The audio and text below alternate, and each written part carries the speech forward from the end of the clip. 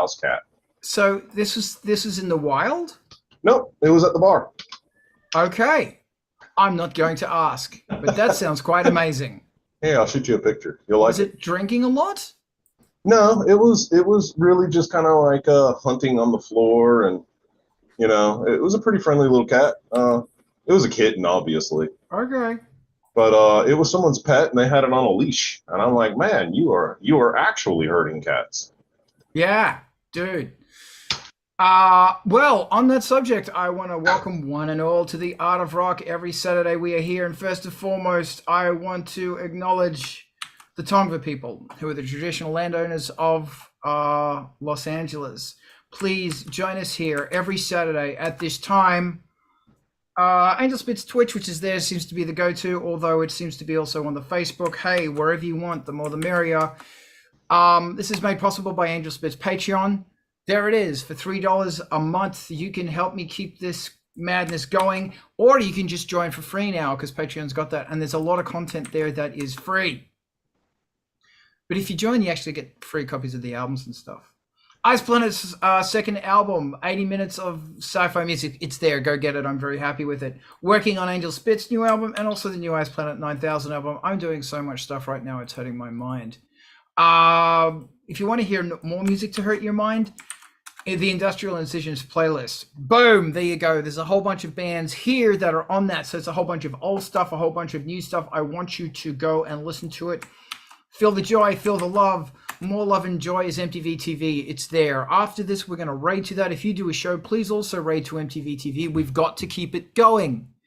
It has become a life source for finding new music and free endless promotion because they have this big loop of tracks and it just goes on and on and on into oblivion, which is a really nice place. And if you've got a video or you want to get involved, email them and they will play your video. Remember, MTV TV also has a Patreon. It's there. Go back them because we've got to keep it going. I muted your mics because I'm a horrible man. Oh, God, you're such a bastard. Brett, what were you saying about loops? I had to find my unmute. Fair enough. Yeah. So one of the things I've been looking at lately, a little while ago, the last version, 2 versions ago on FL Studio, they released FL Studio Cloud. One of the things I liked about it is there is a lot of loops from a lot of genres that I would not normally play with. And I've been actually having a lot of fun grabbing these little tidbits, cutting them up, and surgically welding them back together in very interesting ways. And I've even used them with things like peak controllers.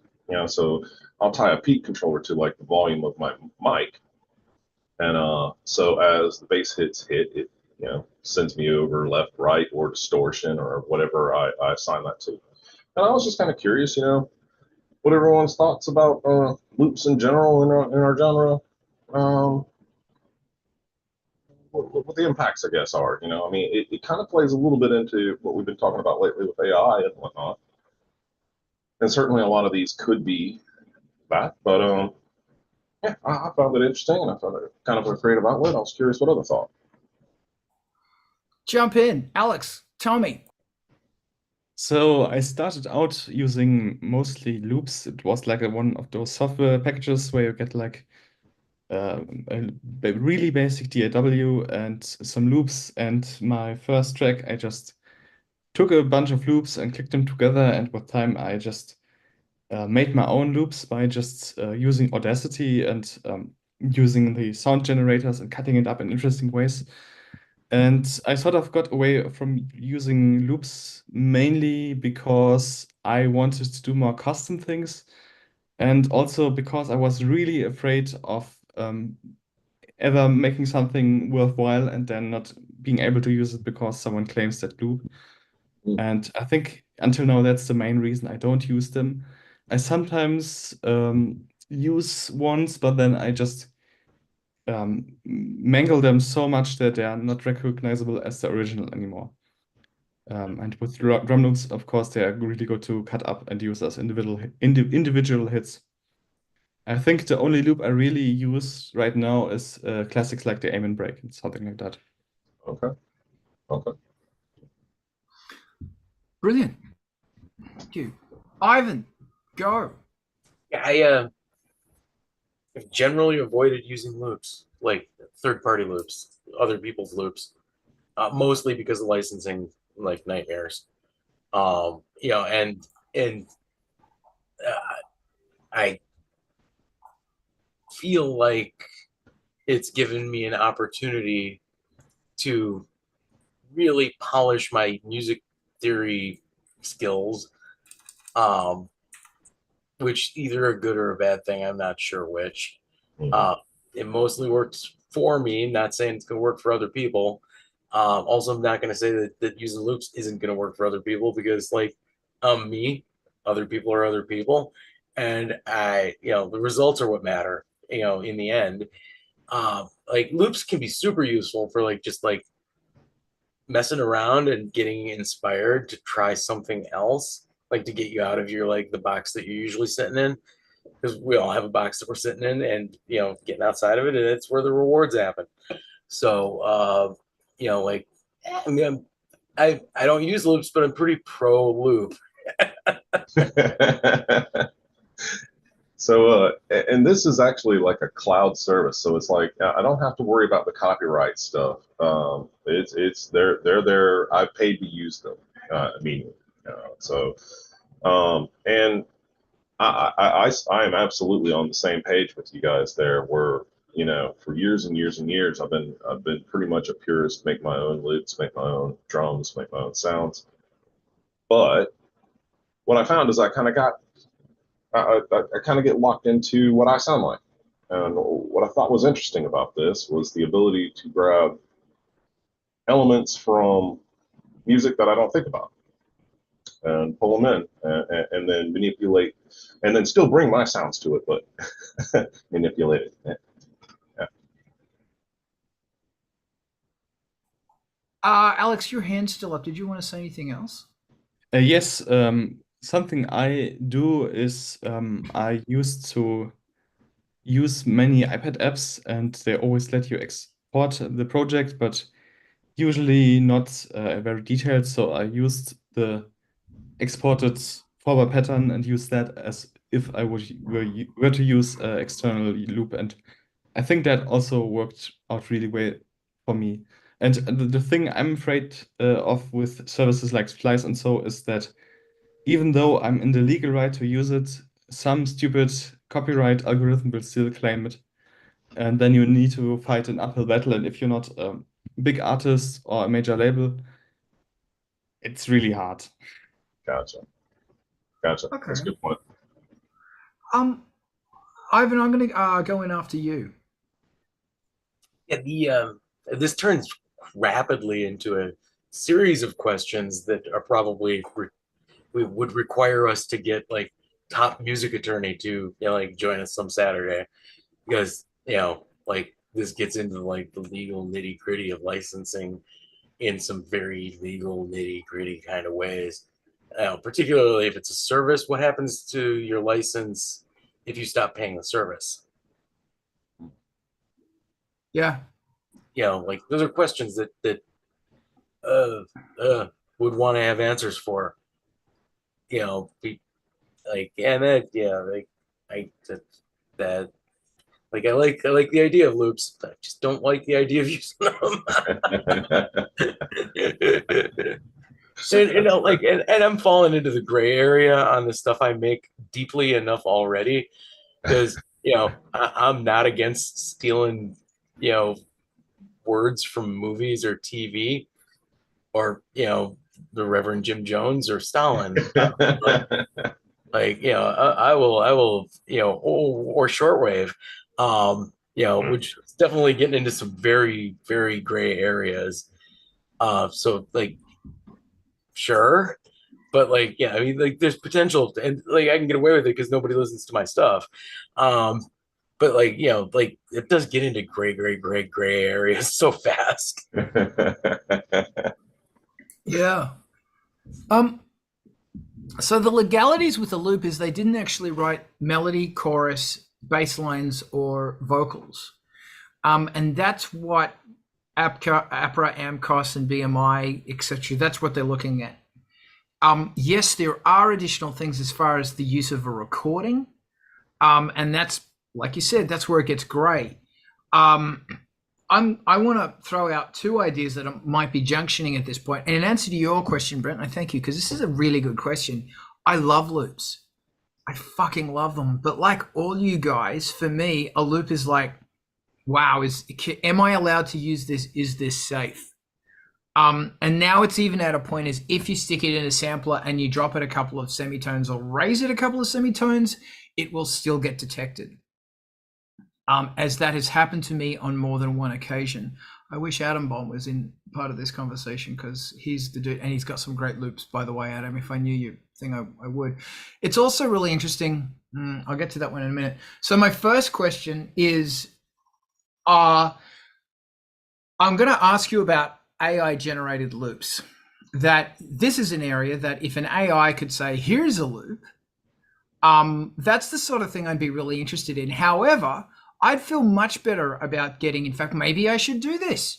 Maybe I should get Dave Nato from Fourth Wall, or Bradley from Chant, or so many of the other incredible industrial drummers we have. Throw them $50, or say, hey man, I'll help push your new track to my DJs or whatever, and give me a loop. Because I was going to say get an AI, but then I just realized, well, you're potentially putting a drummer out of a job. AIs are great, but they are making us lazy. Yeah. They're making us lazy in every single way conceivable, even in how we come to the point of making an opinion or changing our vote. But that's another conversation. Perhaps I should do that. Maybe I should do that. Because Dave, holy shit, that guy can drum. And if you haven't checked out Fourth Wall yet, check out the Fourth Wall. Fucking epic band. Epic. Like they're English punk rock doing industrial. They're so good. Anyway, the other thing is that I'm on a bit of a Prodigy bender, again, as usual. Around about 10 o'clock every morning, I go into a Prodigy bender and I listen to the Prodigy and I just go, God damn, I'm not pushing it hard enough. Like, I have no idea how much time Liam Howlett sat down fucking with loops to get what he got. I don't know. Maybe it doesn't matter, but I need to do it more often. And in fact, I'm trying to do a thing now where I'm logging the hours I spend on synthesizers, creating sounds, learning to get to know the device, so that I can be better at my skill thing. And someone who is becoming a loop fucking genius is Mike the Liar from Mike, I don't know what you're called anymore. It's terrible. Video Punk's Mike. And he's still technically an Angelspit because he hasn't quit and I didn't fire him. Why he hasn't quit, I don't know. But I'm a very quittable kind of guy. Anyway, his loops are demon. Like he's just, as a demon, and Brett goes, yeah. They're just crazy, and they're really hard breakcore stuff. And I just listen to that shit, going, I need to push it harder. It's like I need to get a loop, cut it up into eighths or sixteenths. Don't quantize it. Leave it unquantized. Cut it up where it falls. Like, don't quantize and fix it up. Don't do that. You need the wildness.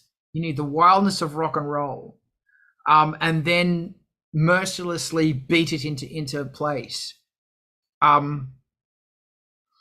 Yeah. So that's a rant. In answer to your question, yes, I use less. Yes, I use loops. I need to use more loops, and I need to throw myself deeper into, loopdom and stuff. Because man, I'm telling you, if you want a track to absolutely explode on fire, loops, your own loops. Yeah, teaches you so much, man, I'm telling you. And then once you've done it, put a high pass over it, get rid of everything under 200, maybe 150, and then replace where the kick hits with your own kick, and try and match that most likely the kick you're using is not from the loop, isn't exactly on the 16s. Try and match where it falls, because once again, these inaccuracies are going to push energy. Excuse me, and energy is what you want. Maybe energy isn't what you want. I don't know. There you go. God just shut his mouth off. Alex, I see your hand. So I looked it up, and at least on Splice, if you stop paying, you still retain the license to use the samples you downloaded. But another thing to watch out for is also services like how they're called,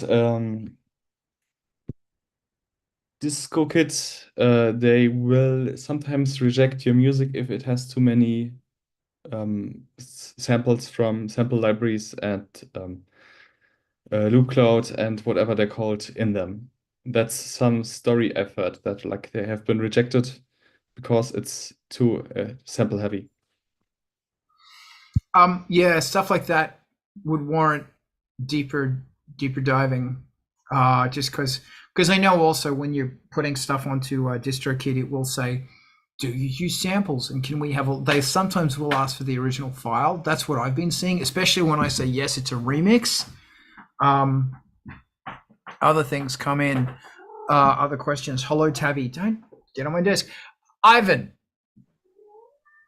Yeah, I think there's a lot to be said for just like making friends with a drummer and just generating a whole bunch of, material that you can just go use. Also, do keep in mind that, like Martin Atkins occasionally eBays himself to be the drummer on your track. And, like Martin fucking Atkins. I mean, come on. How do we do better than that?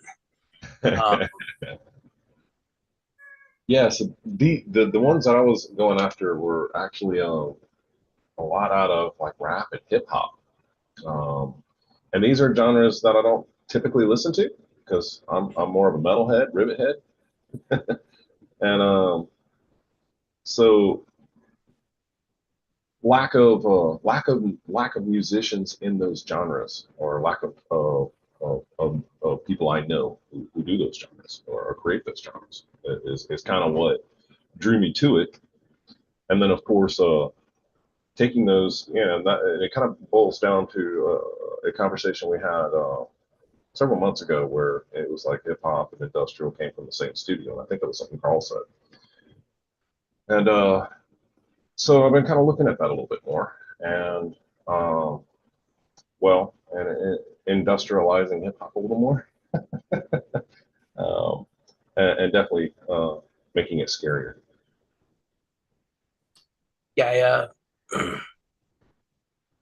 on the 4th, we went and saw fireworks, and I brought my, obviously I had my phone with me. And so I recorded a ton of fireworks going off with the Life plugin. And that converts like anything rhythmic that it can find into a beat. What was that? Life.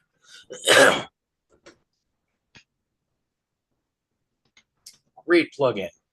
And now I've got like a year's worth of material from that to mess with. Oh.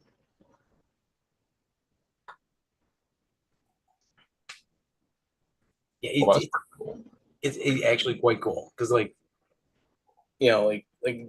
percussion is probably the place that I'm most likely would end up turning towards, other people's assistance. Yeah.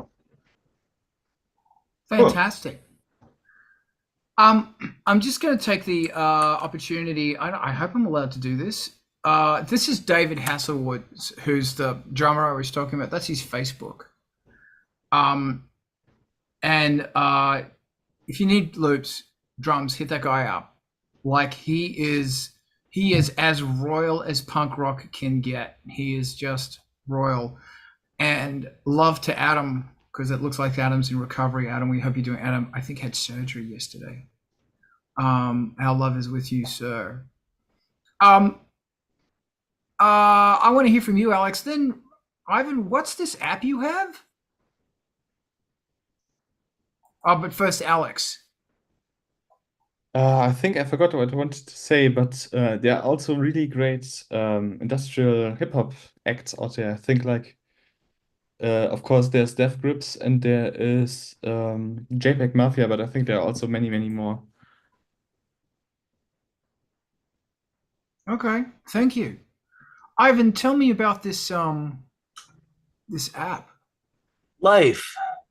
It's a field recorder that converts what it recorded into, percussion.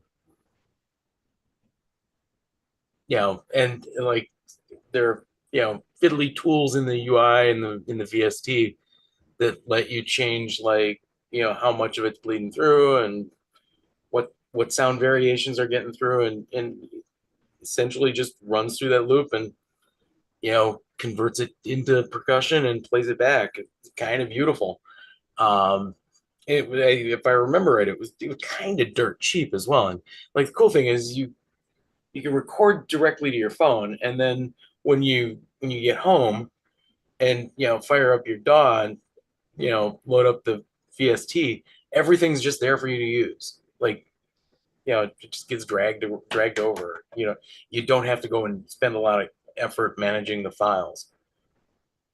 Oh, If you're in the mood for creating something manic for me at 138 BPM, please go for it. That's a will do. Okay. Glorious. All right. What else do we want to talk about here? neat. I found that app. Looks like it's made by XLN Audio. Hold on, is that the which one is that? That's live. Not Can you- paired yet. Is Yeah. okay. I'm gonna put this in the chat. Thank you, Alex. Alex, you're always there when we need you. So this, I'm gonna give that a try. Thank you. Yeah, definitely. The greatest loop I've ever created was a recording of a train crashing. I used it in Jekyll Switch, and now I can't bloody find it. I've got a bunch of recordings in life from when we took the train, the last time we took the train back from Chicago, and it's beautiful because it's really nice. Okay. So I have trains that come near my house. I could probably get you one. Well, what I did is I actually got the, well, I mean, thank you. Yeah. It was actually like a proper Hollywood recording. This is in the mid 90s when I did this.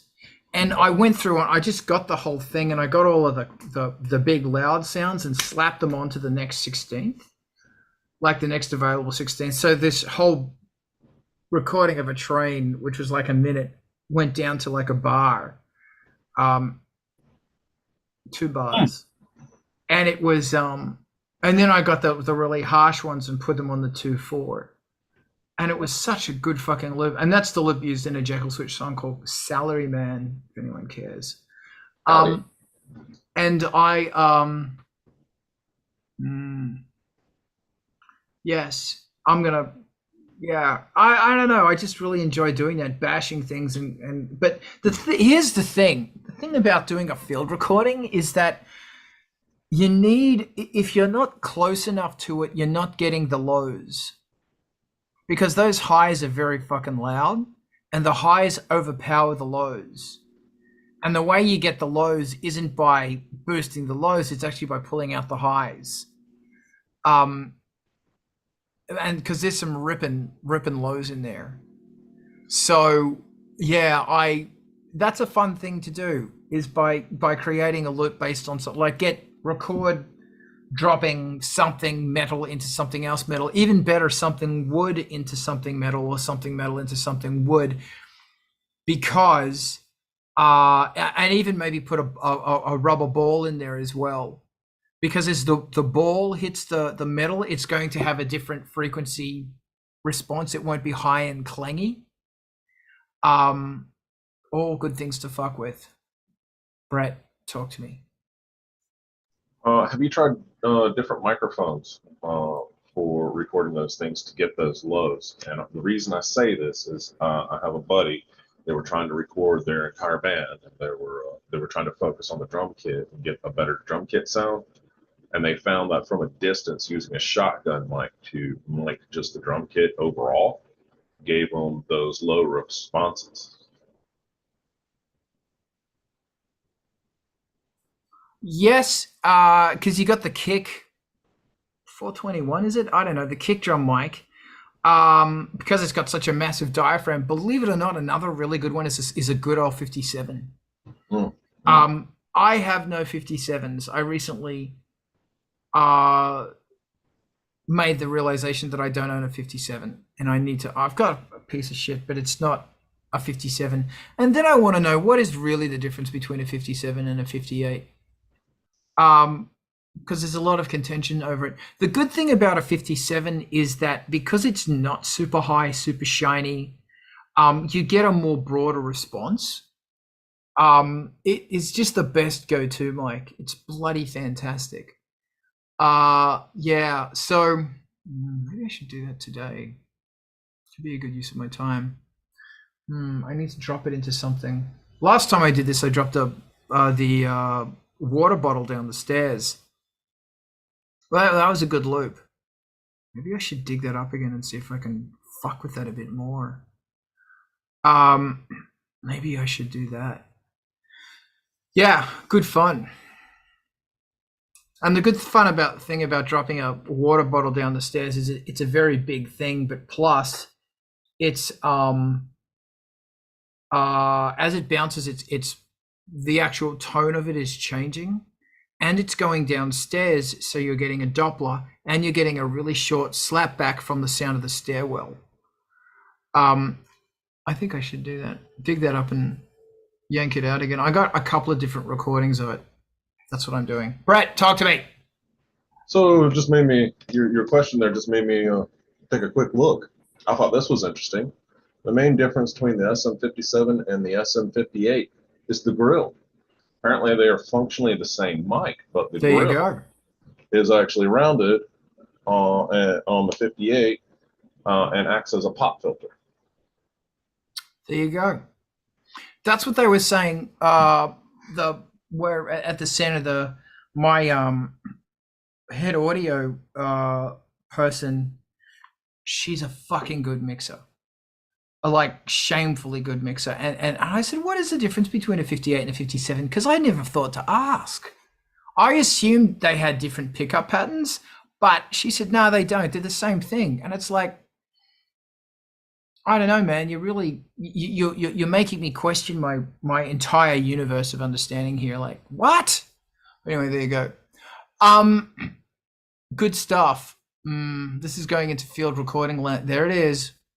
Also, Rob put a bunch of field recordings into the look at you, Brett and his toys.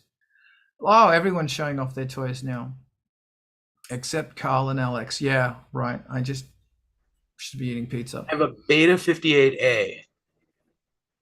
So I saw Nick Cave using this on stage. Yeah, and also if it make it sound good, it can make me sound good. Well, yeah, and most of the Shure wireless, they're Beta 58s. They're great mics, fucking great mics. Still, after all these years, they're great mics. What was I going to say? Something really brilliant, and I just forgot what that was. Oh, bloody Rob has made a bunch of really cool recordings as well. And I'm still going through them, Rob. I'm sorry. I'm still going through them. Yeah, I just realized that I made all of those, all of the sound libraries, for want of a better term, that were used on the last Angelspit album, they're available. Like they're all freely available on Angelspit's Patreon. I should put that in there so you can go, oh look, there it is. 10,000 million years ago, including the water bottles. Yeah, there you go. All right, what are we talking about? Tell us more about the Moog. Well, funny, I was just looking at the today's problem with the Moog. The funny thing about it is that I don't know how much of these problems I'm having is the Moog or how much of the problems is Carl's studio, because my studio is a mess. It's a mess. And as I was saying beforehand, currently she's not seeing USB. And I'm going to try it on the laptop. The music computer's going, no, I don't see it. And then I was on the Moog One forum. To get into the Moog One users group, you have to submit the serial number of your Moog. They won't let you in if you don't have a Moog. I mean, guys, come on. You want to sell more Moogs? Send people that way. But no. And everybody's at a as I mentioned, George, guitarist in Angelspit, has a Moog One as well. And I didn't fucking know. Anyway, so does that mean we have a Moog 2? I don't know. But it's not seeing USB. The laptop's not seeing it. And one person on the forum just said, maybe try a different cable. And it's like, yeah, maybe I should. It's seeing the Moog One. It's recognizing there's a Moog One. Cubase does not recognize there's a Moog One. The USB is not for audio. It's just for data. And I've installed, it comes with USB drivers. You know how most things don't come with a USB driver because you don't need to? Of course, the Moog One needs a fucking USB driver. So the computer's going, yes, I see there's a Moog One there, but I'm not talking to it. So I can't access it via Cubase. So instead I have to use MIDI via Cubase. Just tell me when this is boring. And my problem with MIDI via Cubase is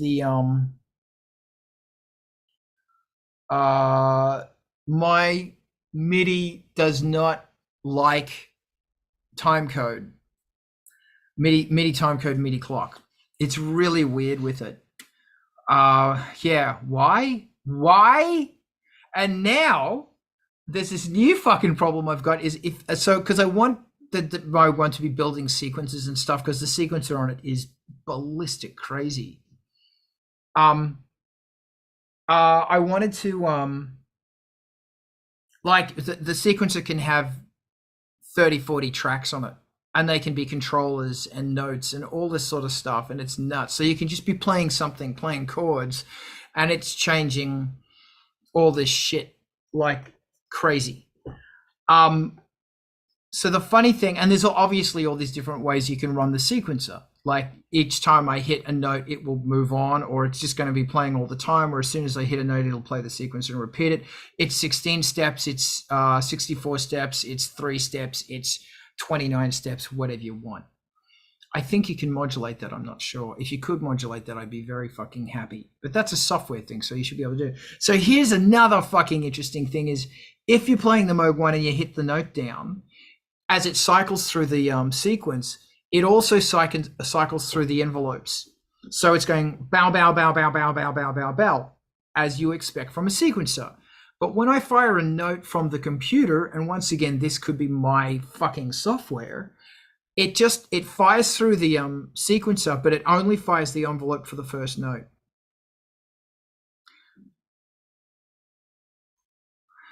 And it's like, okay, is that the Moog One? Is it because my fucking MIDI clock is whack? Is it what? And the other thing is that it won't even clock to my MIDI clock because it came back saying as soon as I set 138 BPM into it, it said it's 280 BPM. And I went, no, stop. What are you doing? So is that the Moog One? Is that it's most likely my MIDI side of things. And it's just like fucking nonstop. Another thing is it doesn't have a dedicated in and out for MIDI trigger, for clock. You can assign one, because it's got 4 CV outs, 2 CV ins, and those CVs can also be gates. Because it went, oh, we're going to make everything modular and you can patch anything into anything else, kind of. And it's like, whereas on the Rev 2, there's a jack, which is the trigger in, just like in the olden days. Another thing is I haven't figured out yet how to use the modulation matrix to alter the effects. I know you can do it, but with the Rev 2, it's very easy to do that. I'm sure it's in there on the Moog One. And it's funny, the deeper I go into it, the more I understand why people selling them going, it's a behemoth. Like there is so much going on in this thing. Like there is so much fucking going. Like normally you must read the manual. You have to fucking read the manual. And not only do you read it, you have to, I've got like 2 pages of notes I've taken in the manual because it's so fucking crazy. Yes, it sounds amazing. Yes, all of these other things, but how the fuck do I get it to do, these things? Yeah, and especially when I read online and other people go, oh yeah, mine does that fine. And then I'll read somebody else's going, do you find this certain things happening? It's like, no, mine's fine on that one. So yeah, it's a work in progress. We hope. Alex, I see your hand. Go easy on Moog, Alex. Have you maybe tried to use the demo version of a current version of Cubase or something, or like another Yeah, DAW? no, I don't, because I'm a Nancy boy and I don't want to go anything past Cubase 8. And yeah, I need to update. That rhymed. Somebody said they were going to send me their fucking Cubase 7 and I need to hit them up again. Yes, I need to. I just don't want to clutter my computer up with shit. Maybe you can just sequence it from the the beat step. Yes, I was actually thinking that, and that's a good idea. Or be sending it MIDI clock from there or something. I don't know, because you can specify DIN for the MIDI for the incoming MIDI to be DIN and USB, as in good old fashioned MIDI plug. Also, I posted it in chat already, but there's like this one box which has a plugin which converts MIDI into an audio decoded MIDI, and then you plug the audio signal into a box that turns it into super tight MIDI. It's by Expert Sleepers and it's called Osumu or something. It's Cool. like 110 US dollars, but apparently it delivers really tight MIDI. Yeah, also I use RTP MIDI and it works really well if it works, but if it doesn't work, it's sometimes a bit finicky to set up. Isn't it funny? Isn't it so funny how MIDI is, and we're dealing with technology that is now 45 years old or something? How old is it? It's over 40. Isn't it funny how no one's ever got it right? And it's just funny. It's just fucking MIDI, man. Honestly, if it's just from a hardware sequencer into a synth, I think it's really tight for me. I At least agree. as it needs to be. Yeah, I agree. And, maybe I should be taking the, I don't know if I can do that. No, I can't do that because I need a MIDI merge. Yeah. And this is another thing that I've noticed on modern synthesizers in general is that I used to like the day when you had an SH-101 or a Jupiter 8 or a fucking Juno 106 or something, and there was a little button, little switch on the side where it was like, is it internal clock? Is it trig clock? They didn't even have fucking MIDI, and it was so easy. You could just do anything by going, switch the little fucking knob. But no, we can't do anything easy these days. The thing that really pisses me off, is that this shit gets in the way of making music. Thank you, Alex. I'm going to post this huge thing. I don't know what you just sent me. High-speed gold-plated. That's Brett. Brett. Thanks, Brett. I'll look into that. Yeah, that's just a USB 3 MIDI cable that I found. I took a look at the back of the Moog One. It looks like it's USB 3 standard. USB 3? Yeah. In that case, I will, thank you. I'll stick it in the back. I want to punch everything. fucking right now. How long is it? I get the 9-foot version. That one is 6 foot, but they've got longer. I'm gonna Looks like you go to 9. Yeah, I might need 12 because I don't know where it's gonna end up going. Yeah, and thank you for that. I'll look into this. That could be the problem as well, is it's stuck in the wrong MIDI input. I mean USB. It's just really curious how, like, you want to write music. Oh, no, wait, there's more. You want to write music. Did I just fucking close something? Thank you so much. You want to write music, and you're in the head state for it, and then suddenly you sit down and something doesn't work. What doesn't work today? And it's not just, it doesn't work. It's and Hack, welcome. I miss your face on these things. It's not just that it doesn't work. It's that it's fucked everything. Absolutely everything is fucked and broken. For example, so I've got a Mark of the Unicorn. Yes, everybody who's not into music, there is actually a brand called Mark of the Unicorn. And it's it's my MIDI thing, and it's been pretty good for a million years. But every few years you have to replace the battery. And when the battery starts losing it, it starts dropping its guts. And that sucks, because now for some reason everything's on MIDI channel 1 and all the routings are changed and oh my god, it never fucking ends. Meanwhile, I've got this Korg thing that's a manual mechanical switching thing. Never goes wrong. From fucking 1986. Who would have guessed? The other one to get is the Kawai KAV4, which is the same thing. It's just manually switching fucking MIDI. Manually. Switches. No fucking computers. It's great. So anyway, 4 inputs, 8 outputs, and you can manually switch between everything. Of course, everybody knows what they're worth because they're impossible to buy now. So not only every few years, this is turning into the art of bitching, not only every couple of years does the Mark of the Unicorn fucking MIDI brain to the entire system suddenly fuck up, but the battery stops working. Now, to change the battery, you gotta pull it out of the rack, pull out all the cables, every fucking cable, unscrew the fucking thing, and replace the fucking battery. It's like, they didn't think about that. And if because a MIDI fucking brain, and I'm sorry, this is so boring. The MIDI brain is usually in the darkest, deepest chasms of your rack, covered in spiderwebs, dust, and cat hair.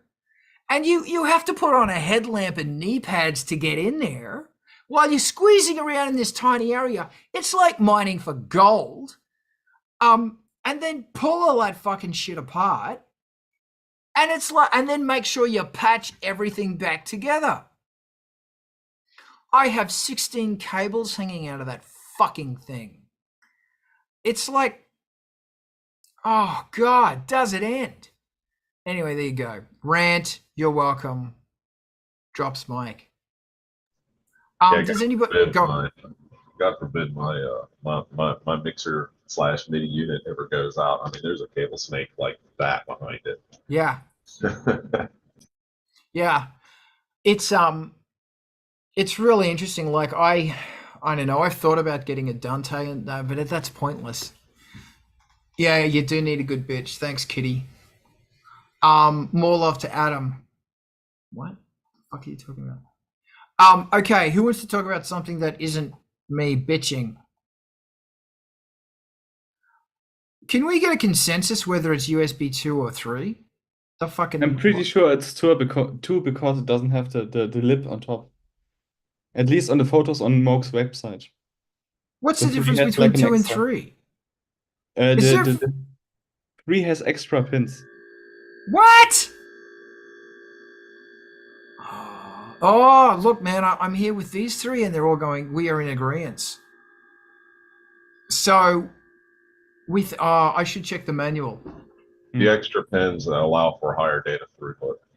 Okay. Well, it's not audio, so it's just data, so it's probably 2. Oh my God, calm blue oceans. Does this ever end? Now, I just want to make music. I just want to fucking make music. But I will say one really excellent thing is that it's currently sitting on a table over there. And I just sit at it and work on tracks with a piece of paper and a pencil. And I have been kicking this song out for like since I was in Australia last year. And I've just been, building sounds and everything. And I sat down and I sequenced the whole song in like 2 hours. There it is. Boom. Never happens. Fucking great synth, man. Anyway. Yeah. It's really interesting how you can get away with murder as long as you're pretty. Which is actually the pretext of a new Angelspit song, which is partly inspired by the Moog One. You can be the fucking... And it's always you meet the most amazing guitarist or instrumentalist or something, and they're a lazy prick. And they fucking know they're good. Oh, just sit here and do nothing. Anyway, thank you for therapy. Alex, you need to say something brilliant now. Go. So, speaking of Moog, one reason I wanted to get a Moog sometime in the future, if I have the money, is some of them have a trick where you can detune the oscillators with a constant beat frequency or phasing. And so I thought about using this in other synths that I already own. I tried it, or like I thought about doing it in the Blofeld, but unfortunately the math modulation matrix things don't allow for that and you would need to convert the pitch keyboard information into the logarithm of itself, so it isn't like tracking pitch, but like being the same frequency across the keyboard. So it can't work on the Blofeld. Then I read online that you can convert a linear signal into its logarithm if you use an exponential amplifier, but plug the signal into the modulation input and plug a constant voltage into the signal input or the audio input. But I tried that on a software module and that didn't work either. So if anyone has an idea how to get it work, please tell me. Ivan. I have to fully admit that the Moog One lights up my gear acquisition syndrome in some pretty big ways, because that thing is gear porn in one box. It is. And I'm so sad to hear that they're discontinued. Well, people are selling them, and they're selling them below par. Better. And well, the thing about it, okay, firstly, think about this. A lot of studios have 5 to 10, I'm going to say $8,000 worth of stuff in it quite easily that you could sell. Because the Moog One is like, I want that analog sound. There it is. And if you get a fucking 8-voice version, it's totally enough. It's 3 dedicated synthesizers in one. Should I stop talking right now? And it's it's really amazing. I mean, like, think about it. Like, normally if you got a Moog, you want the bass line, a lead or something, and then a pad. And both of those, the bass and the lead, are both monophonic. This is assuming you're not using unison. And that means your pad, you've still got 6 voices for the pad. And that's 3 fucking VCOs. And it's not just 3 VCOs. You're also mixing in the ring modulator, and you're also ringing in something else. And oh God, this synth, it's fucking crazy. As far as Alex's question, sorry, is I don't know how to do this beat thing because the Voyager does not do it. And here's another interesting thing is on some of the Moog forums, because you do this thing called calibrating the oscillators. And then you can do a really hardcore calibrating of the oscillators. And then if shit goes wrong, you get a landline, stick it in the back of it, call Moog, and they dial into your fucking synthesizer to fix it. Anyway, fucking hell. Users are saying, and I sort of agree, that the problem with calibrating the oscillators is the oscillators sound really good. And they do sound really good, but when they're not calibrated, they sound great. Luckily, you know how the Prophets, the sequential stuff has slop, which is the VCO slop, which will throw stuff more humanized out of tune, like in the olden days. You can do that on the Moog, but you have to bury. Whereas on the fucking Rev 2, it's right on the window, right there. Slop. And it's funny, man, the more I look into this, the more I go, you know what? The Rev 2 is a really well-designed synth. They fucking thought it out. Yeah, but holy shit, the Moog One. Alex, I don't know how to do that thing you're talking about. Like, my only thought is that if you set a, like, for example, you could do something like that on something like a Kurzweil or something where you can actually set a separate algorithm, like a function to say, if you're out by 0.01 of the frequency, then you track that with the frequency, because that's what it's doing. I really wish fucking Culture Vulture was here, because Alex from Culture Vulture, there's his YouTube, go watch him. Brilliant. That fucker knows his shit. Anyway, yeah, my mind is being blown by tech all the time.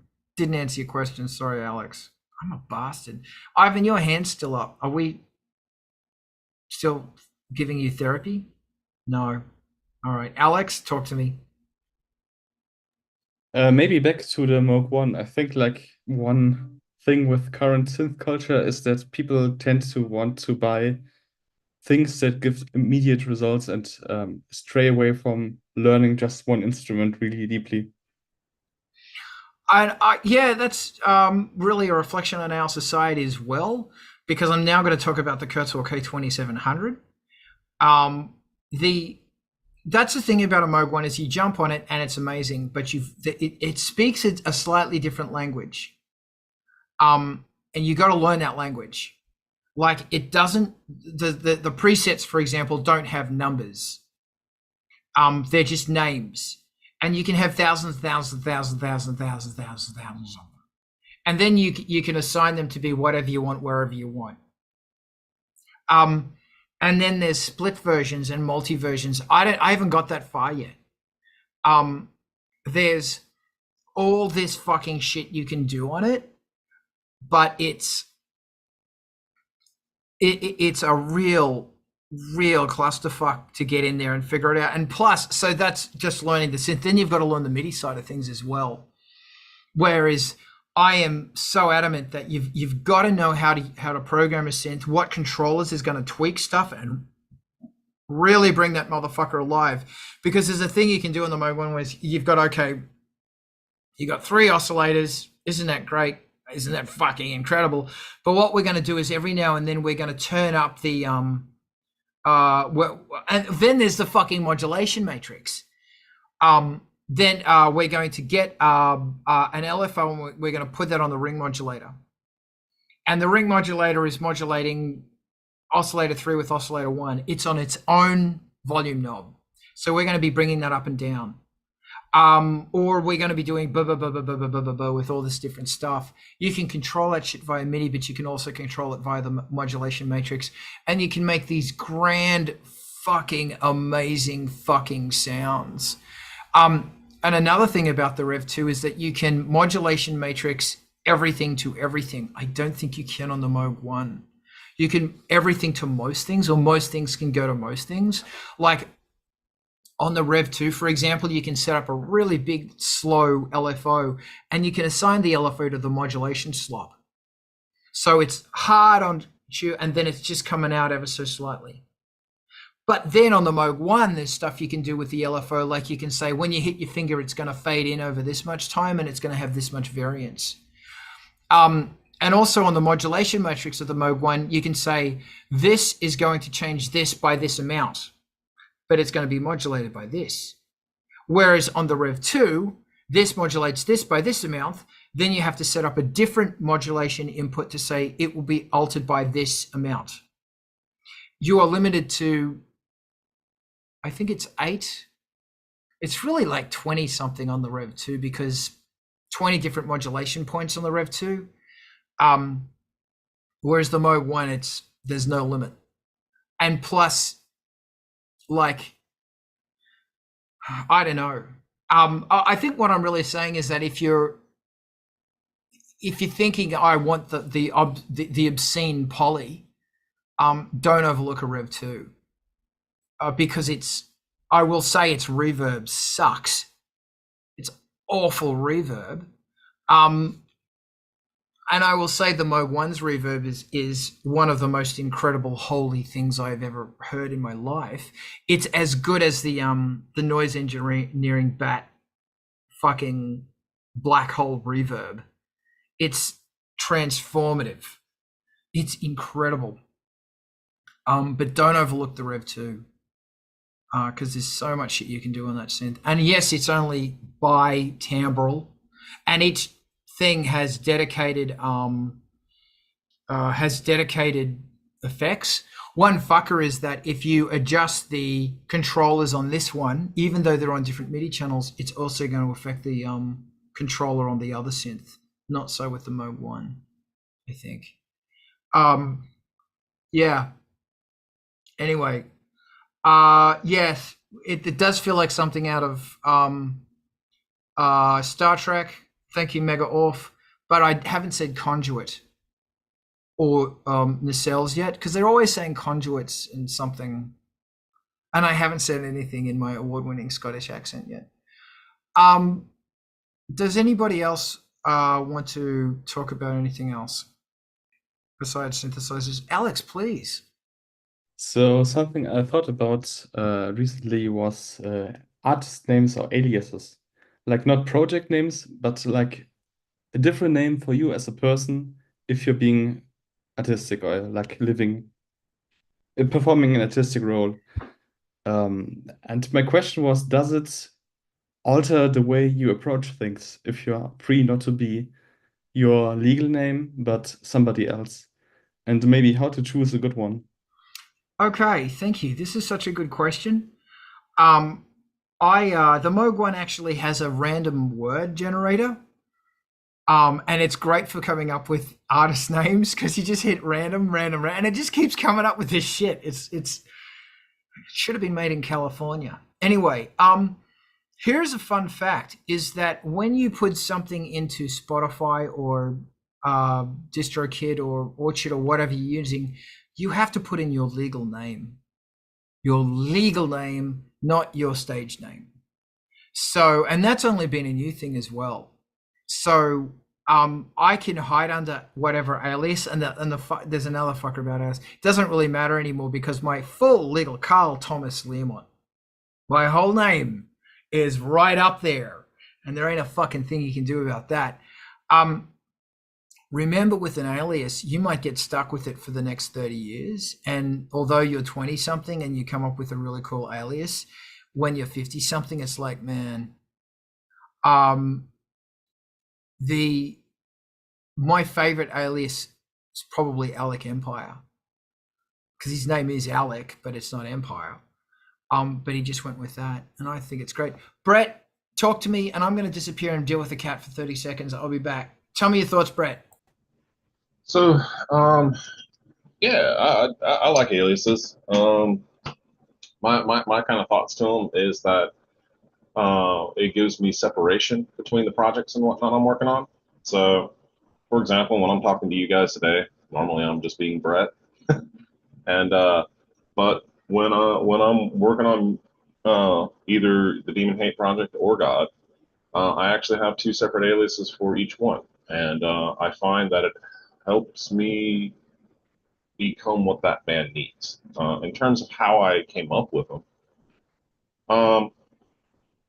Demon Hate actually started when I was really young, and with just me being an asshole. And at that point, it wasn't OneDrive or it was like Hotmail. That was it. It was Microsoft Hotmail. And I am a freshman in college. This has just come online, and I had an email address that was essentially "I hate you," and hate was spelled H-A. The character Demon Hate eventually evolved as I got into IT, and I ran this. Me and another me and another, well, actually, he's a programmer now. We ran a website called The Third Ship, and on there I played more of an adversarial character, and so I became the Demon Hate in that regard. From there, I just kind of liked the name, and when Jacob and I started God, I operated as that character under that band. Now that that has gone its own path, I operate as Mr. Grimm under God, and I design stuff differently. It does something to the way I track it, and I don't know if that helps you, but that's kind of my thoughts behind it. Yeah, I thought about experimenting with it just to get like separation from my personal discomfort with maybe expressing myself, and maybe it's easier if it's not me but somebody else. Also, maybe it gives yourself a bit of a mystique if you're signing your newsletter with some name that's like uncommon or a bit strange, and maybe you stick a bit out more if you're maybe called Blixer Bargeld and not whatever his legal name is. Doesn't that mean bargeld doesn't mean like golden bar, gold bar? No, it means cash. Great. I love it. How do you say gold bar in German? Gilder. Goldbarren. Say it again. Goldbarren. That's boring. That's really boring. What's Gilder? Gilder? What is that? What does it mean? I thought that meant gold. Gilt. All right, I'm wrong. Gold. Gilder is maybe an old currency. All right. Okay. I was about to jam with trying to figure out random Alex names. This is a really interesting. Oh, can I just start shooting my mouth off? Absolutely. It's what you do, Carl. Like, it's really fascinating how this is something that constantly comes up with you and with a lot of other people as well. That how do you what is this thing? What is this thing? And how do you overcome it? And I think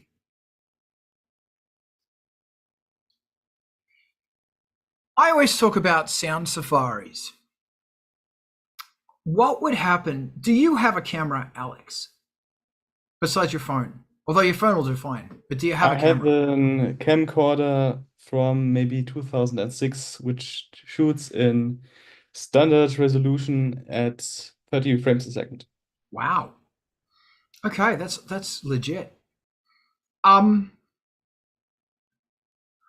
Something fun might be for you to get that camcorder and your phone, go for a walk, go somewhere new you've never been before. Go into the environment that you think your music reflects. Which I don't know where that is, but try and figure out where does it reflect.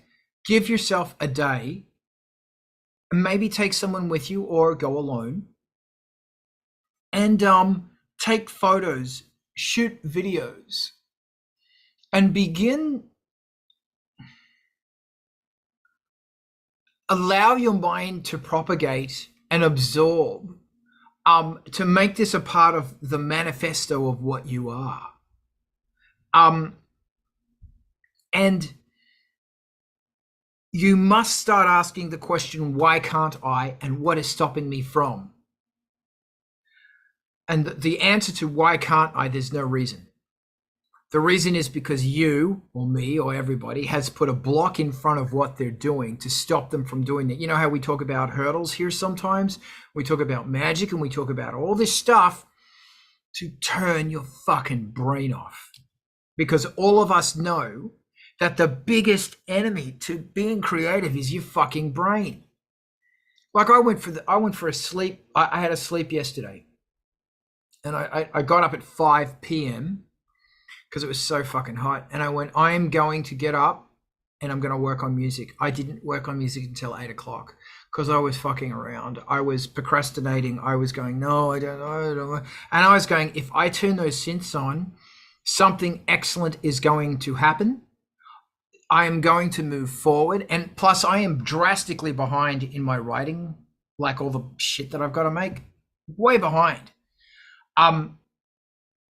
And yes, I did spend an hour fucking around with USB, but I spent an hour yesterday. I didn't spend an hour doing that this morning. I would have had to have spent an hour this morning. Point being is that you've got to utilize all the time you can. I'm trying to get into the habit of sleeping with my phone in another room. I don't need an alarm anymore because I have a cat who wakes me up every morning at 4 o'clock. So I don't need my alarm, and that's great. Like, entertain the idea that there is a much bigger problem here with everyone. I'm not singling you out.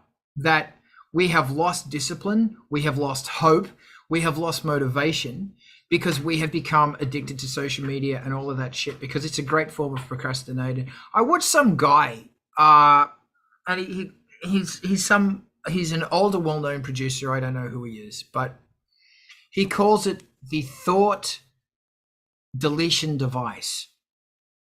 And I went, oh my God, that's perfect, because it is.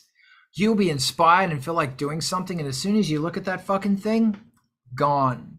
Look at the amount of hours that you're spending on whatever the fuck bullshit social media, and make it your goal to half that. And see what that does to your mind. Decide what's more important to you, either making music or looking at stupid shit. Like, really, I think I'm going to say something really brash right now. Maybe playing solitaire is better, because at least with solitaire you get sick of it, and you don't doom scroll solitaire. And I hate solitaire. I fucking hate it. But sure, your mind's got to veg out, but dudes, come on. So, you know, and maybe a really good thing about going on this image absorption safari is you leave your phone at home. Because, you know, on some of those old things, you could take still shots with those old camcorders. I've got one here that you can take stills with. Man, I think I need to take my own advice here.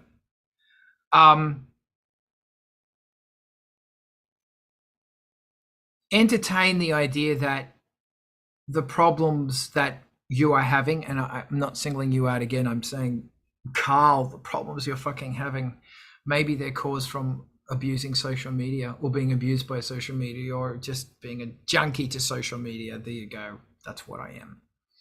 And maybe stopping it's going to be a big thing. Yeah, totally. Find a name. And you know, who knows, you might be on a walk and there might be a pipe, and written on the side of the pipe is something, and you go, that's my name. Yeah, go geocaching, something.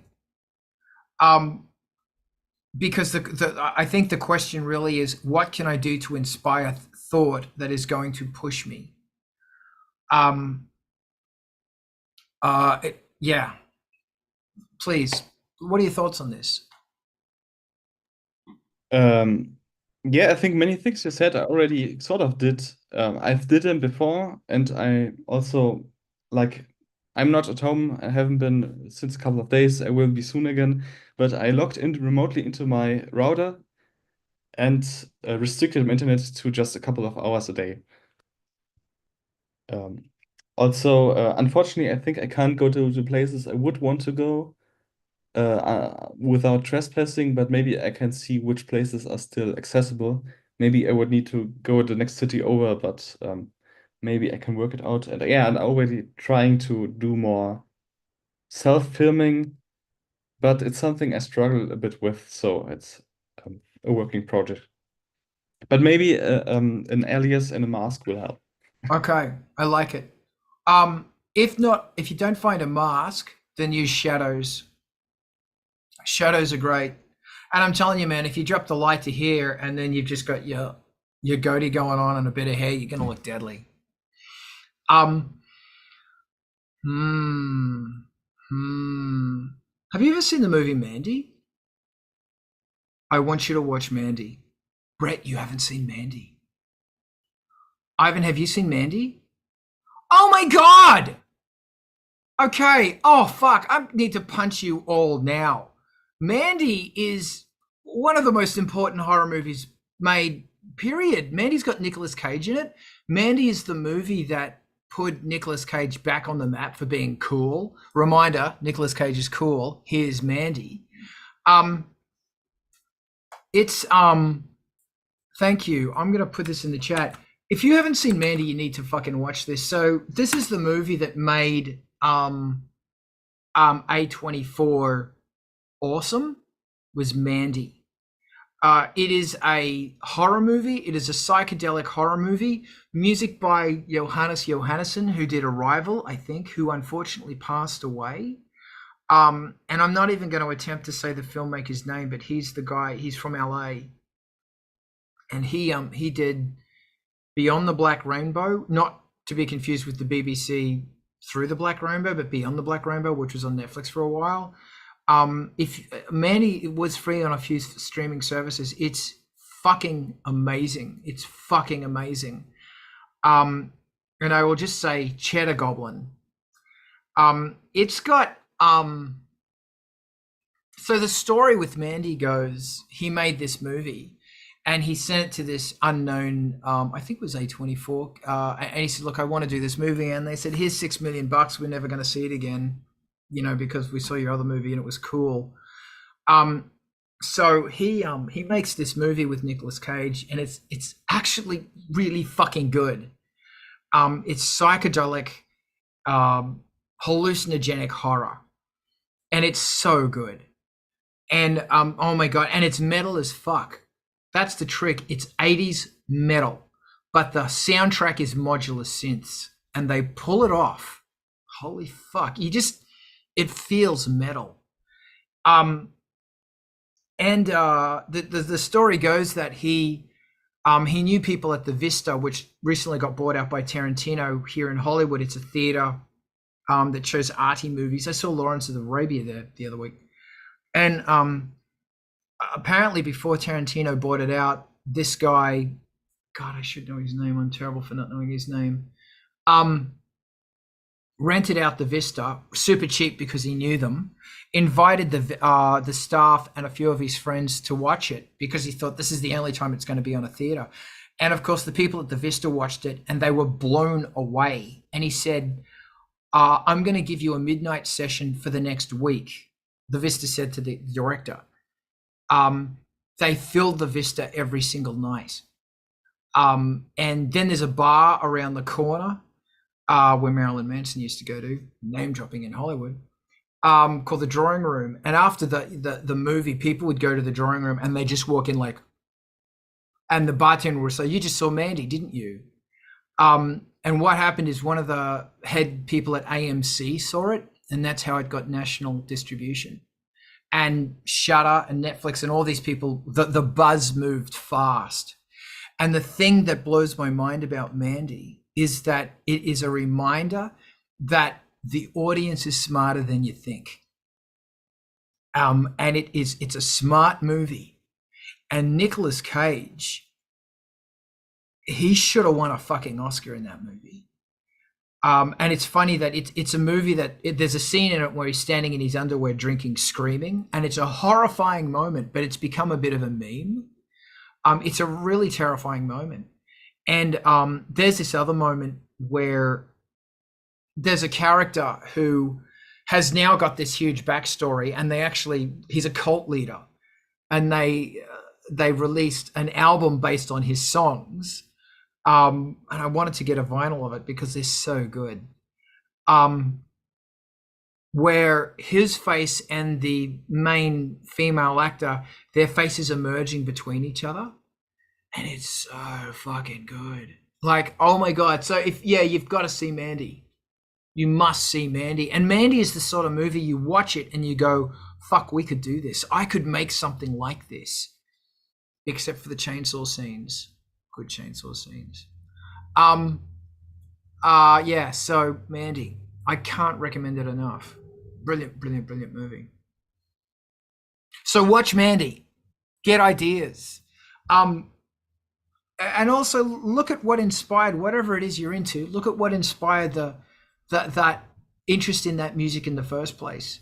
What were the artists in the early 90s doing? And yeah, it's funny you say trespassing because we can't do that anymore. What inspired this, and how can you be inspired to move forward? Like do what they did. Follow in their footsteps to see where it leads and then keep going. Yes, I need to follow my own advice. And if all else fails, get up super early, like at 4 a.m., go for a walk and just shoot stuff, shoot short. It was funny because Mike the Liar sent me these cameras that only recorded 5 seconds at a time or something. They're really old. Or they had a mode where you could only record 5 seconds at a time. And I just went out for a walk, recorded 5 seconds at a time in the morning, and it put them all together, and it was creepy as fuck. It was so creepy. Like I didn't understand why it was so creepy, but it was something about it was really fucking creepy. So go have fun. Go have fun. And when you are aware that you get caught down by stuff, what's holding you back? Did you look at this thing by any chance? Probably. Because it reduces thought in your mind, and it tells you can't do it, and it turns you off. That's what I think, anyway. Yes, please check out that movie. Okay, somebody asked me something remarkable, and I'll probably make something up.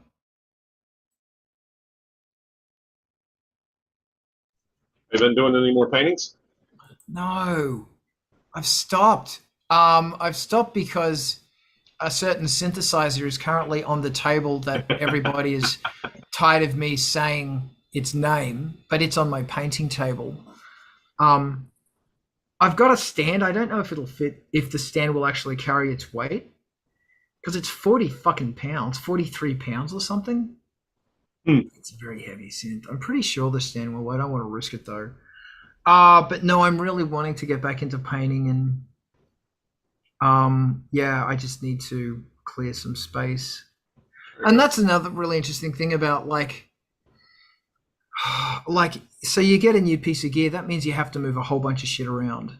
Yeah. And you probably have to sell something, and now you have to go, well, this has got 4 outputs, and it's got 1 USB, 1 MIDI, and we're going to have 4 or 5 different inputs for miscellaneous stuff. That means I now have to route cables all around the room to infiltrate this.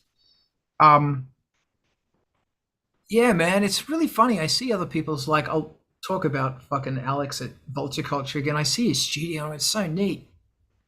My studio is disgusting. It's a shame. It looks like a fucking workshop. I'm quite happy. Like, I sweep the floor every 2 days. Thanks, Frank. But it's still, you know, it's still a mess. And behind there, nah, I ain't going back there. Scary back No there. man's land. Huh? No man's land. Dude, don't go back there. Gotta send in the kitty. Oh, yeah. Well, Frank, it's funny that as Frank goes back there, he's covering stuff in his hair. Yep. Because he's molting it. And I like comb him. He's shedding. And I've got a shedding brush, and I get him every day. But he's wonderful. Anyway, ask me something really hardcore about music. And I'm trying to think of a cool name for Alex. Alex Maelstrom. I already got some ideas, so don't worry about that. No, we'll put them in the chat, and we'll talk about them off camera. No. It's. I need to do some research. But maybe if everybody wants, we could talk about effects like chorus and flanger while preserving the transients. Chorus, yeah, okay. Oh boy, Before we went on, we had a talk. This is before we went on, wasn't it? About, yeah.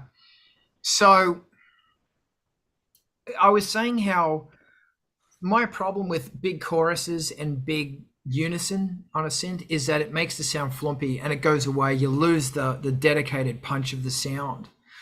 The way around that is that you have big, crazy chorused sound, but you also have another sound that's doubling it. That is a different sound that has been generated differently, but it's still, you know, got the same portamento and filter sweeps and all that shit. I don't know how to minimize the flumpiness. Flanging, I don't really have the same problem with, you know, and it's funny, man, I don't use a lot of flange. I'm mainly a chorus guy. And it's funny, you know, I never used to use effects. Oh yeah. Never used to use effects. Hmm. Like never. Like on the old albums, I would use chorus on the vocals and a bit of reverse reverb on the vocals. That was it. Nothing. Absolutely, completely, totally fucking dry. And it is one thing where Angelspit's changed, but I don't know if anybody's got thoughts about how to use a chorus and remain and keep the punch. I'd love to know. I use chorus typically only when I want to have like a choir. Otherwise, for my own voice, I might have a side channel where I've run various delays, but more often than not, at least on my own voice, I find that too much effect of any kind, it will just destroy the mix. Yeah. What about on synthesizers? There's probably some sounds that I've got that utilize it a little bit. If I do, it's very minimal with chorus, because usually what I'm trying to do is just kind of make it a little fatter sounding, and I find it a little bit goes a long way. And it's kind of like reverb in that regard. A little bit of reverb will put a song in an environment,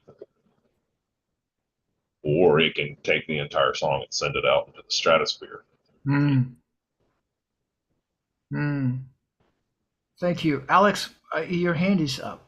So I haven't tried it myself, but I think one way you could do it is with either sidechaining wet and dry signal, or envelope followers and stuff. I also know that there are plugins where you can process the transient different from the body. I think one is called Fission by Eventide, and it's relatively expensive, but that's, I think, one canned solution for that kind of thing. But I think sidechaining the wet with the dry signal or something would be a great idea. Okay. Yeah. I'll go you one further. And that is get a high pass, copy the sound, get a high pass, and the one that's got a high pass on it, quite a dramatic, like 500 or something, the one that's got the high pass, chorus that. And also put the high pass on the chorus as well to make sure no subharmonics flip into it. So the core chunk of the sound is just the sound. And then you might want to low pass that just a little bit, just to make sure they sit on top of each other. But yeah, that's a thought, because I mean, like normally in a lot of stuff, there's a dip at 400 because 400's muddy, and chorus makes mud. Nothing makes mud like chorus. So yeah, maybe a high pass at 600 and a low pass on the original at 300 or something, just so that there's this big fucking notch, and then you sit it out there. And also the one that's not chorused, make it mono, or if it's stereo, pull the sides in, actually flip the sides, so it's only like 50% out, and invert the sides. So what was hard left, hard right becomes 50% right, 50% left. Meanwhile, the chorus version is you know, hard left, hard right, if that makes any sense, just to minimize the whole boogity boog boog, but maybe that'll fuck shit up. I don't know. I need to play with flanging more. It's really interesting, you know, like gear, man, fucking gear. You know, I have this flanger, a Korg SDD fucking 1000 or something. I don't even remember what it's called, and I got it because you had to have it because it's the Edge. Bono said the Edge said it's the greatest guitar thing ever, and Skinny Puppy used one. Well, gee, I should get one because Skinny Puppy used it, and they're kind of cheap right now, but the price is going to go up. And of course you get it, and it's great for one or two songs, and then it's just sitting in the rack. And I look at it and go, that's a good fucking delay flanger right there. Delay chorus flanger. Great. Really good synth. Don't use it, but it's really good. I just, you know, I just hijacked it. In further to what you were saying before, what we were saying before, it's just fascinating how gear acquisition syndrome, nothing from Ivan, gear acquisition syndrome is it just adds to the distraction. Make fucking music. You don't need more gear. You don't need all this shit. You know, says the guy who just bought a fucking Moog One, but I've been researching this fucking thing for five fucking years before I bit the fucking pulled the trigger on it. Anyway, yeah, it's funny. I think your mind and your body don't want you to make music. Like, I'm talking everyone. I'm not just, you know, singling anyone out. For me, at least, that my mind and body will do absolutely every single fucking thing it can to stop me from making music. Once I'm making it, usually it's good. Sometimes it sucks. But yeah, I don't know. This is such a weird thing. Like, it feels like it's the path to enlightenment or something. And whatever's inside you just doesn't want it to happen. Yeah. I don't know. Yeah. Because, like, I really want to do a thing. You know, I wanted to do this podcast called Art of Synth, but I never got around to it just because reasons. Because I'd rather be making music than talking about making music. And this is enough for me to talk about making music. Where I wanted to sit down with people and delve in to the psychological thing behind gear. Why? Why is it this magical thing? Like, why? You know, I remember when I got the DX100, and it was one of the very first synths. This is also one of them. My Casio CZ. Anyway, and one, it was the concept that you can make any sound in the world. That was intriguing. But two, having to learn the machine and how it wanted to communicate was riveting.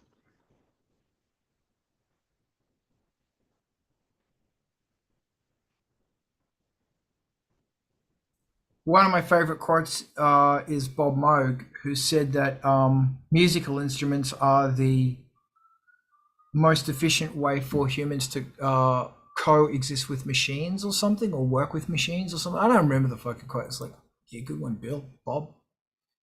I'll buy your ridiculously expensive synthesizer now. Anyway, there you go. That's my life. Alex? I think it's partly chasing the ghosts of your past, because at least for me, getting my first synth was really like sitting in front of my first synthesizer was life-altering. What was your first synth? So the first one I sat in front of, I don't know what it was called, but I think it was a Korg and it was a workstation.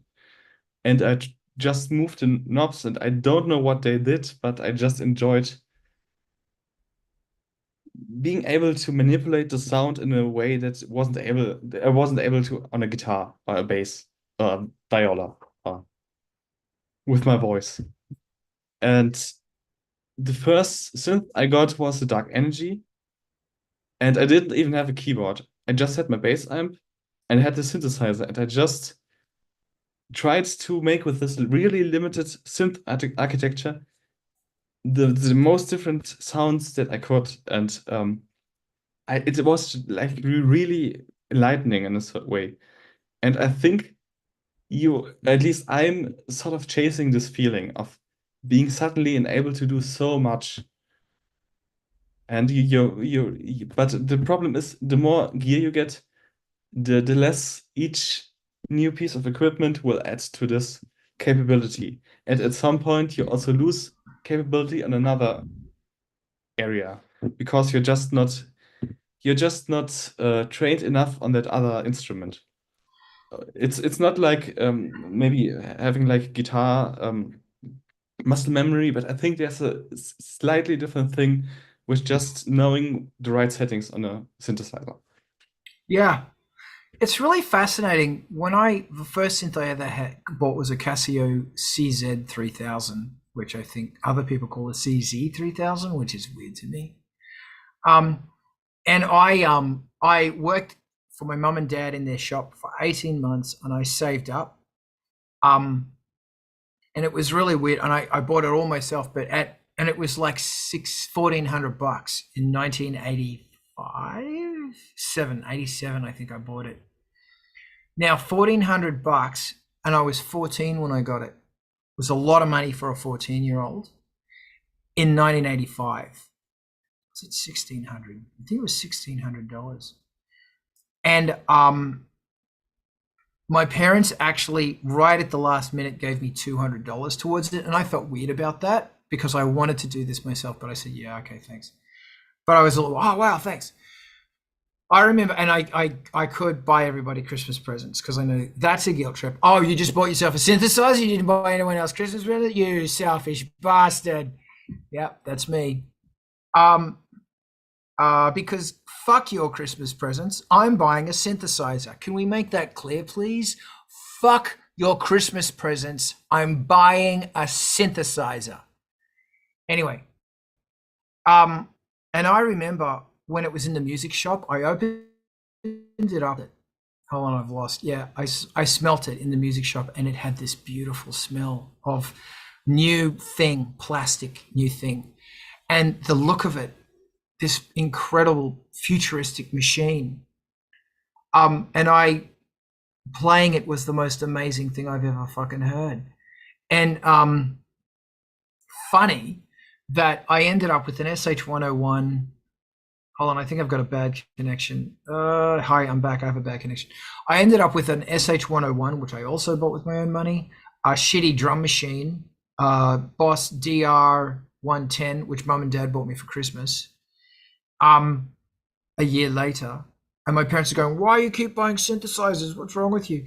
But I remember with the SH-101, that drum machine, and the CZ was the best writing setup I've ever had because it was so fucking easy.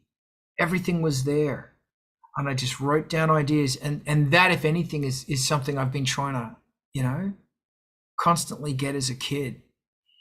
And it's interesting that whenever I meet other synth people, they collect the gear that was drill worthy at that period of their life, from like 15 to 23. So that's why they've got emulated 3s and K2600s and Jupiter 8s and all this shit, because at that period you needed to have those gears. It's a really interesting thing, and it's interesting how it sparks not imagination, but the potential for imagination. And that's what's fascinating. And I've always wondered, Ivan, you look so like, dude, you just you look fantastic right now.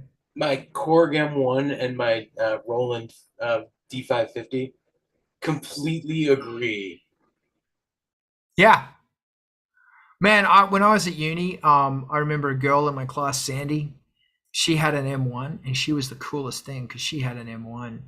And the thing you've got to remember is it's still an amazing synthesizer. The D50 is still an amazing synthesizer. The DX7 is still a synthesizer that no one can program. The nice thing with the M1 these days is it's not a $3,000 unobtainable beast. Yeah. Yeah, and those pianos are still crispy and still fantastic. And that, Jesus, man, universe. The strings, those drums, M1 drums are beefy as fuck. They're so beefy. Still. Anyway, but it's just, and this is the fascinating thing is that you know, Reverb knows this, that, you know, that you are selling to people who are looking for the potential to be inspired. But then the hard work comes as soon as the thing turns up to your door and you have to utilize it. And that's where there's a shortcoming in motivation and discipline. And 3/4 of the battle, get rid of this fucking thing. Something I try and do once a month is I will jump on a Yankee ball game cap site that sells caps for the Yankees, and I will just click buy on every single cap I see. Put it in my shopping cart, then close. And then my Google fucking ad matrix goes, oh, you want Yankee baseball caps? Sure, I'll start giving you that instead of classic analog synthesizers. And then every time I see a Yankee baseball cap, I fucking hate baseball. I just click on it. So Google goes, oh, you want Yankee baseball caps? But it's going to bite me in the ass one day because someone's going to say, I want to buy Carl something. What should I get him? And Giggles goes, well, he likes Yankee baseball caps. No, I don't. And that's where if they're on this chat, they end up with a bag full of poo. Yes. Let me send you my poo. But yeah, it's just fascinating. And this gulf between, and I was thinking, is this a new thing? But it's not. Because in the 80s and 90s, we had Keyboard Magazine. And Keyboard Magazines instantly give me, and it's funny because back then I wasn't inspired about gear. I was excited about making music. And if I smell keyboard, I've got them here. And I keep them in Ziploc sleeves, like envelopes. I know this is kind of weird, to preserve the smell. Because they've got a smell. And also there was a music shop, I've talked about this before, in Brisbane called Parlings in Brisbane. And they had their air conditioning intake right above an industrial rubbish bin. So the shop smelt like plastic. It wasn't vile, disgusting. It just kind of smelt a bit plasticky. And that fucking smell, as soon as I smell that, it's like, I'm in the moment. I got to do it. And this is every time I meet a new, like somebody who is just getting into music and they don't know what they're doing. I'm always saying, like, this is fantastic. You have to find a smell that's going to help you trigger that in 20 years' time when you know exactly what you're doing and you're bored. That smell is going to bring you back to this point. It will pull your brain back to this moment. So there's a whole bunch of things that I didn't answer. Sorry. But what I will say is, yeah, just fucking make music and go. Alex, you and I have to go on video fucking things this week. We have to do it. We must do it. Yes, we must. I've been seriously thinking about switching my release schedule. Okay. I've been thinking about moving it to Saturday mornings. So like, okay. I drop my latest, demo or track at like 8, and like, and then we have this. Okay, and then pimp it. Okay, sure. I say do it. Try it. Let's see what happens. Just fucking remind me. Because man, getting through the noise. I was somewhere recently and somebody made a comment that they said musicians these days, either they take photos of themselves in their panties or they take photos of themselves with their cats because music doesn't get likes anymore. I was really offended, but they're so fucking right. I put my cat in so many pictures of myself in my panties. I put my cat in my panties. It's It's like double the bang. See Frank in his frillies. But it's really, it is impossible getting through the noise. I don't know what to do about that. I don't know what to do about that. Okay. What we could do about this is raid on over to MTV. MTV TV. Maybe I'm going to do that. Yeah, I'm going to do that. Unless anybody else has anything else amazing they want to bring up. Maybe. I think we've crashed. I have no idea. This is Art of Rock. I think I'm still live. I just don't know. Every Saturday we are here, and I thank you again for joining us. It's right here. Boom. Come join us on Art of Rock every Saturday.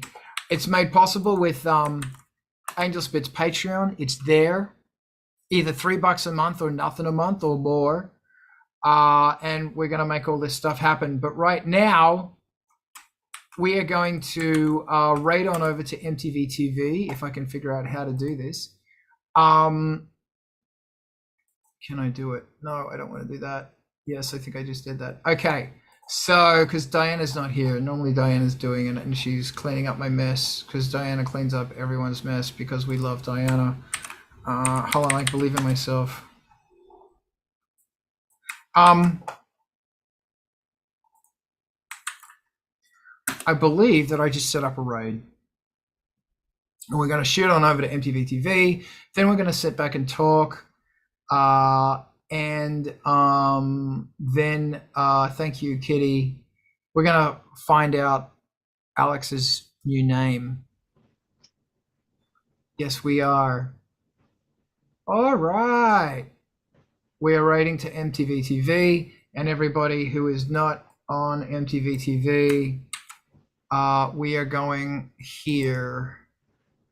Hold on, I'm just telling everybody where we're going. Boom, that's where we're going. Go get them, Tigers. Gotta tell the world. Gotta tell the world where we're going. That's my new song. Isn't it amazing? Boom. See you next week. You rock. Bye.